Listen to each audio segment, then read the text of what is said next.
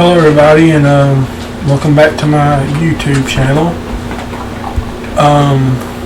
Today the video I'll be making, the topic I'll be covering is I'm going to do a list of my top 10 all-time favorite male wrestlers.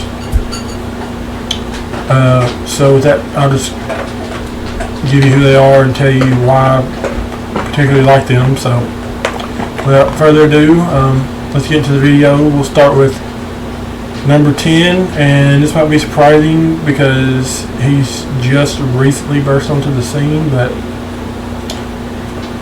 I think he's done enough for me in the time I've seen him to put him up there as one of my favorites. This might change, I might think of other people, but for now the number 10 spot is being held down by LA Knight. Yeah.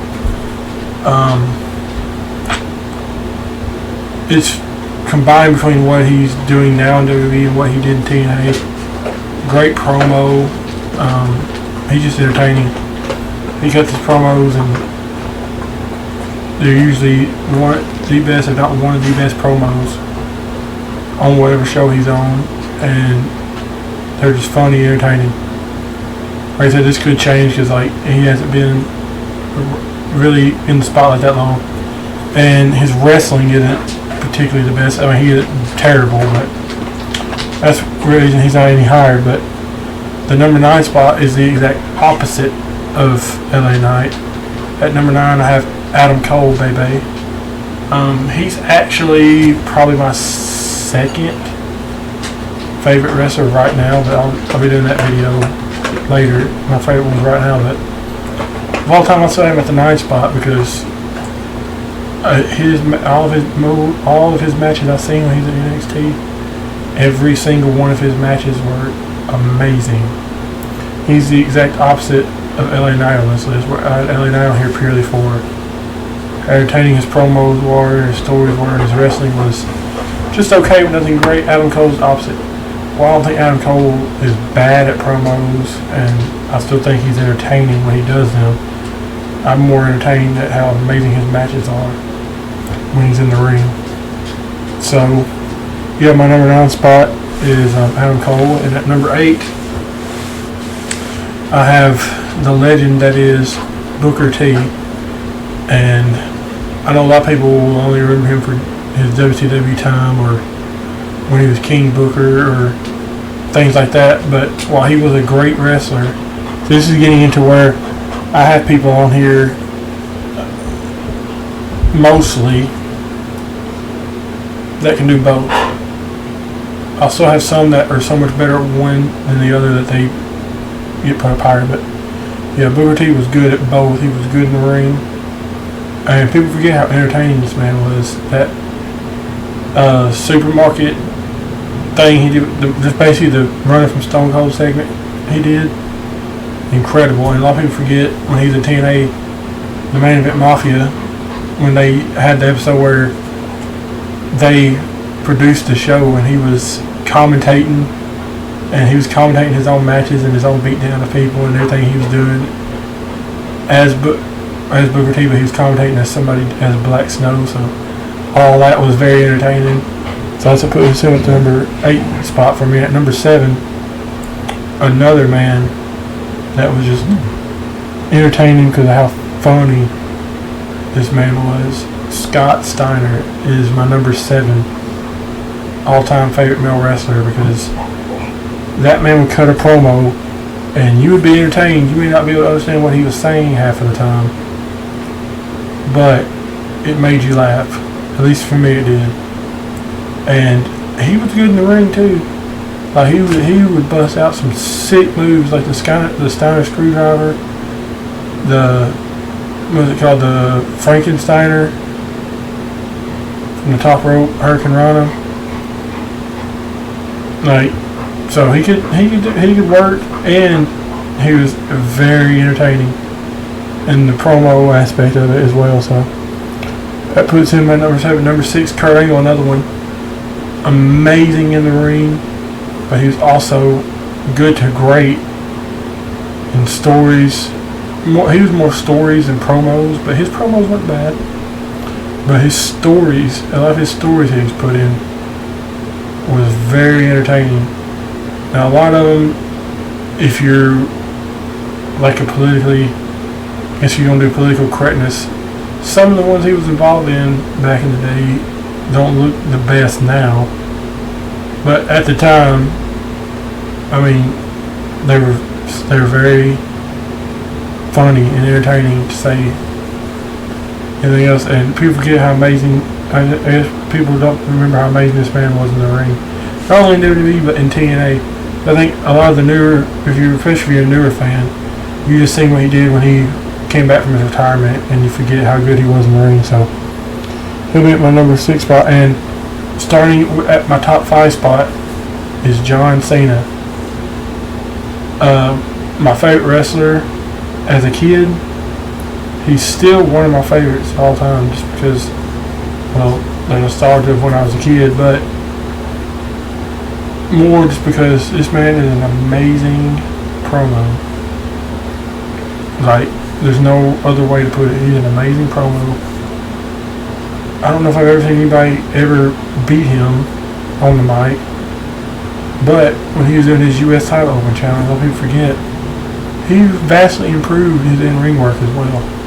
When he first came in, he was mostly just all promo and was pretty not good in the ring, but he started just out there. He really improved in the ring there at the end, you know, when he was doing his feud with AJ and stuff like that.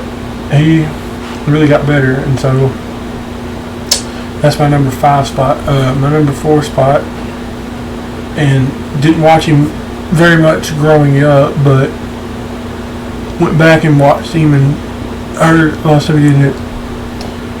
I still liked him. Stone Cold Steve Austin is my number 4. Like I said, he another great promo, very entertaining. Storylines were entertaining. That feud he did with Booker T, entertaining. And he could go in the ring. People forget he could actually wrestle real good. When we got to WWE, it was, you know, he got his neck broke and he had to slow down a bit, and he mostly just became like a brawler and stuff like that. But you look at him in WCW and places like that, he could wrestle. But yeah, all his storylines were pretty entertaining. So number 4 is Stone Cold. Number 3, The Rock. And this ain't just for what he did when I watched him do what I did growing up. Because before Cena came along, he was my favorite wrestler as a kid. But while he was very entertaining growing up for me, and when I went back and watched this stuff, it was very entertaining. Another one, great on the mic and all that. He's the rare exception. He was so good at storyline and on the mic. He got up high despite his wrestling just being so-so. But yeah, this ain't just for, like I said, what he did when I was growing up, but when he came back recently and made that Roman Reigns and Cody Rhodes storyline something must see. Like, I was wanting to see what The Rock was going to do every week, because that's how entertaining it was. I mean, you can do that, that's going to put you very high on my list. My number 2 spot, Sting. And once again, this isn't just for, because I didn't really watch him that much in WCW, because WCW closed when I was like not even 6 years old. I went back and watched some of his stuff in WCW. Excuse me. I went back and watched some of his stuff in WCW, and it was good. He was good in the ring. This is the rare exception of I don't even say he's bad at promos, he just hardly ever did them. But he was great in the ring, great at telling a story with his matches as well. He's great with storylines, but his TNA run too was real good. I watched him there, and that's when you could see he could cut a good promo, or cut good promos when you give him a chance. When he did Joker's thing, all that was real good. But yeah, WWE brought him in and kind of ruined him, but we won't talk about that. And my number 1 spot, if anybody knows me, they should know who this is already. But if you don't know, my number one spot is the phenomenal AJ Styles. And this is one where good promo, good storylines, amazing storyteller in the ring. And like I said, he's an amazing promo. He's great. He's good at promos, still great at promos. But his wrestling is so amazing, at least to me. That's what has him at this number one spot. I've never seen somebody who can mix in all aspects of wrestling that I like and use them all so good. Like, great technically. He can high fly when he has to. He can do power moves when he has to. And I'm one of them, I don't like too much of any one of them. I like a little bit of a combination. He does all of it so well. So those are my top 10. Tune in next week where I'll probably be doing my top 10 favorite matches of all time. If I decide to change that, I'll let y'all know, but that's the plan for now. But thank you all for coming to my channel. I hope to see y'all back next week.